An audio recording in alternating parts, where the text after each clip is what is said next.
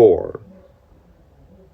Hey guys, Punctual here, and yep, 4 is the first movie I'm reviewing from the Marvel Cinematic Universe.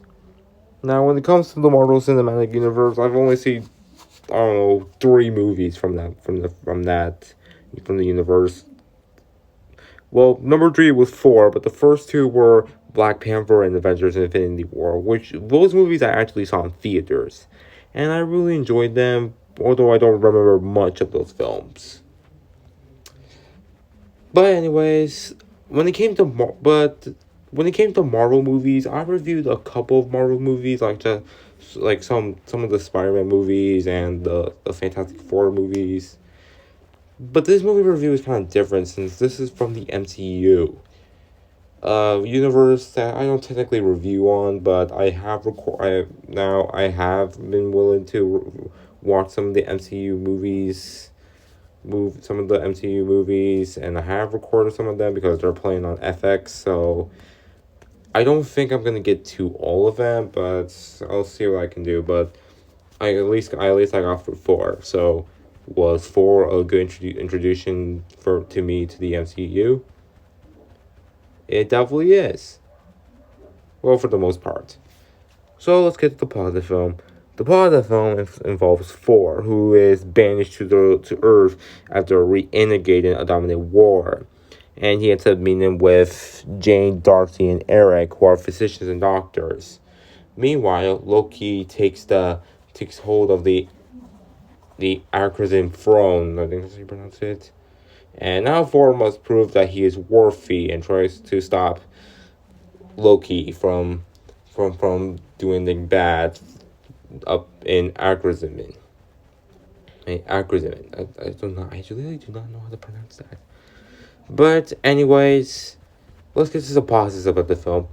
Speaking which, for starters, there's the visual effects. The action sequences are really good here, but really amazing, really great, amazing, really amazing here. But the visual effects make them even better as they come across as colorful and, well, especially during Up in Akrazin where the action sequence play out. They are really enjoyable, and I feel like 4 has probably one of the best action sequences in any Marvel movie. Not the best, but one of the best action sequences in the movies. I just really enjoyed these action sequences. Also, the film also does a good job explaining why Thor is banished to the first world. It's because he integrated into a dominant world, and his father feels like that he should not be doing that, and as punishment, he gets banished to the real world, and he had his powers taken from him, and now Thor has to prove himself that he's worthy, and also Loki's reasoning for telling the king about Thor is reasonable and understandable, but since I'm guessing he cares about Thor, but I'm kind of mixed on that review, but as for positives, there are more like, also there's this whole relationship between like Thor and Jane later on in the movie, and I found the relationship to be I actually kind of found the relationship pretty interesting, despite the fact that the relationship isn't really present throughout the entire movie, because we have this whole back and forth segments surrounding with Thor and then back to Loki, and but for relationships that do appear on screens, I really enjoyed them. Um, Also, Loki's motivation here is pretty reasonable, most wise, because when Agni, before he falls into Agni's sleep, he told Loki that Loki thought that he was an adopted son, and he lashes out, and I guess that's reasonable. His motivation for doing all this is reasonable, since I'm assuming that he says that the king favors Thor a lot, so At least this is one of those villains that actually has an understandable motivation because he just feels like he wants to be loved. And I actually really enjoyed the actor for Loki and Thor here. I'm assuming that Chris Hemsworth is playing Thor, but although I'm not really sure who is playing Loki, but the performances here are really good, and I feel like the actors are having fun with their performances. What is this? However, then there's the story itself. The story is kind of mixed up in some areas, and remember, like I said back in the relationship where the story keeps going back and forth. I get that's with other superhero movies, but this one's kind of a little more confusing since while Loki's motivation here is reasonable, it's confusing nonetheless. It's because it's not like I don't know if he has a grudge against Thor or the movie doesn't really explain that much. However, there's also a scene where Loki snaps at his father and then his father collapses on the ground. Apparently, he's going for the insane sleep, and Loki said that there was the war about the whole war couldn't be because he couldn't stand it. I also kind of was confused because I thought that for that Loki yelling at him caused him to faint, caused him to go into the sleep. It's just that the story's kind of mixed up. Well, not as bad as Justice League, but still really confusing. Yeah. Oh yeah, fourth friends. You know, like the ones in the first minutes in the movie before he gets transported to the real world. They hardly serve a purpose to the movie, and they're hard serve a purpose to the movie. And they're hardly in the movie except for the scenes where they're with Loki. And also they don't do much. So yeah. Oh yeah, and while I'm getting back to the friends, let's talk about the scenes with Jane, Darcy, and Eric. I will get that. I will get that. Get that. I kind of enjoyed the scenes with them. However, they have a few flaws. For starters, their personalities are there, but they're not explained. Because I'm guessing that they're searching for a satellite crash or something.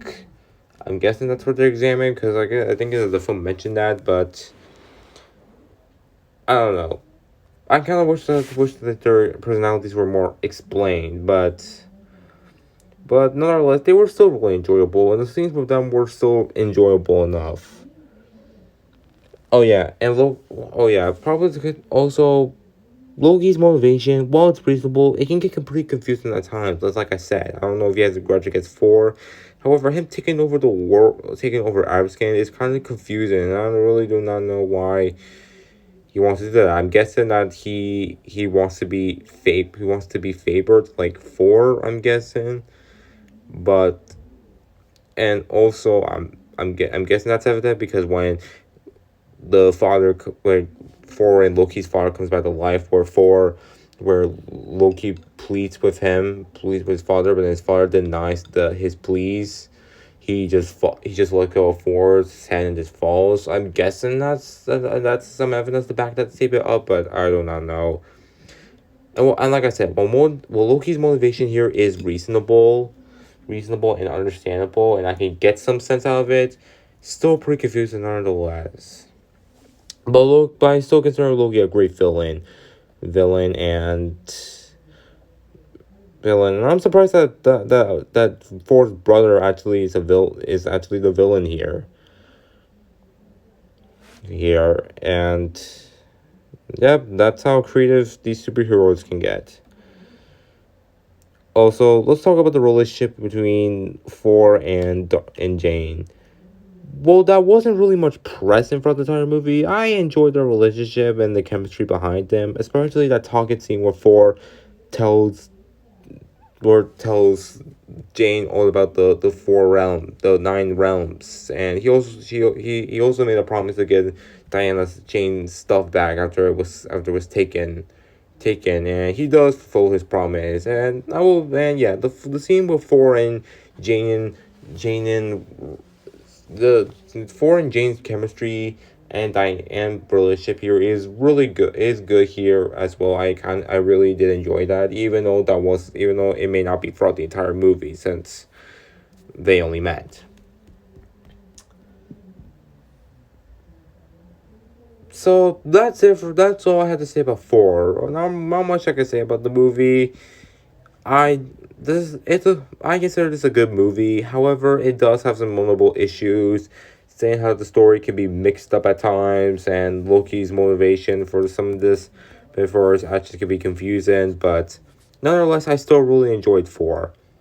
So how I'm gonna give this movie? I'm gonna give this movie a 7 out of 10. It's only gonna get a 7 because I do love the action sequences, the performances, visual effects, and the chemistry here. The story and Loki's motivation kind of needs a little more work on on better explaining those stuff, but that's all I can say about four. It's a really good MCU movie, and this actually is a good introduction for me for the MCU. So guys, that's it for my review on four. Thanks for watching. Please subscribe to the channel, and I'll be sure to post more movie reviews in the future. Take care, and I'll see you guys next time. Adios.